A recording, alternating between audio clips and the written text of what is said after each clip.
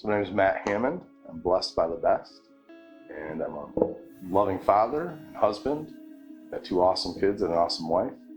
I've been attending Frontline for 6 years or so now, and man, has this place changed our lives.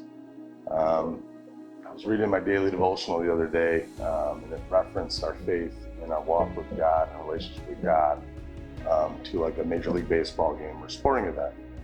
And it talked about how many of us go through life with our faith, and we sit in the stands, we cheer loudly, but we don't ever get in the game. And that has probably been one of the most profound ways that Frontline has changed our lives, is it's really got us out of the stands and into the game.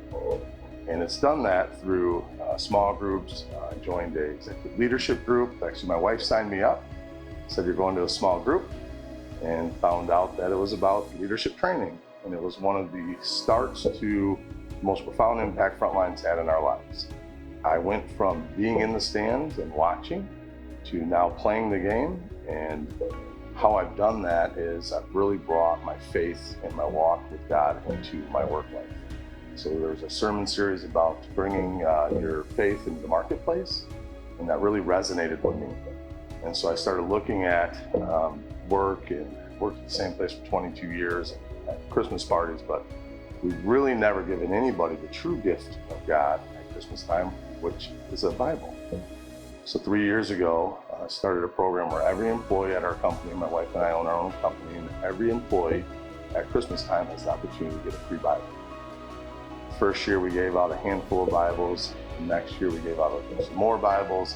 This last year, we actually ended up buying 3 cases of Bibles. So now we're not only giving Bibles to our awesome employees, but they're available for anybody that interview.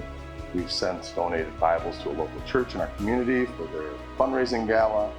And most recently, have become a Bible sponsor for a nonprofit. So anybody that joins or enters into this nonprofit, they get a Bible and we cover those costs. That is one of many ways the Lord has impacted us through work and through community. All of that really started by getting out of the stands, getting in the game, and learning those tools here at Frontline.